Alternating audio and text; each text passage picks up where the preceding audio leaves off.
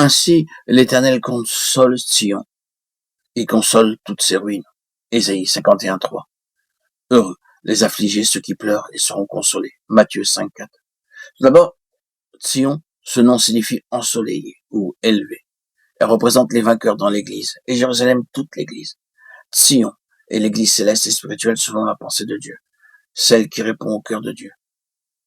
Mais de Sion, il est dit, tous y sont nés, et c'est le Très-Haut qui l'a fermé. Psaume 87:5.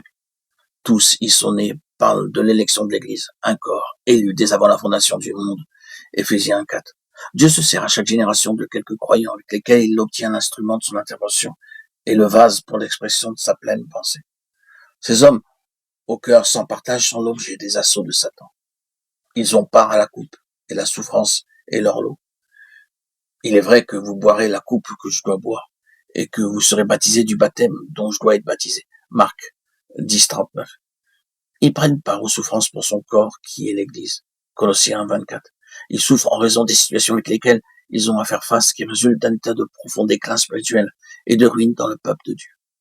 Satan est animé d'une très grande haine contre Sion, car elle est l'expression pleine de la croix, qui permet à Dieu d'avoir quelque chose entièrement du ciel, entièrement de l'esprit.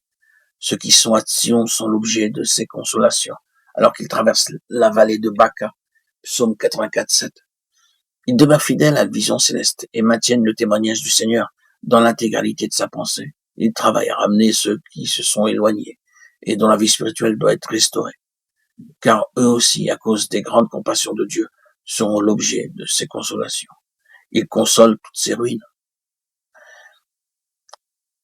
Donc, ils seront l'objet de ces consolations en étant introduites dans le chemin de Dieu pour entrer dans Sion, être rétablis de toute leur perte et apprendre ce que signifie Sion, l'Église, selon la pensée de Dieu.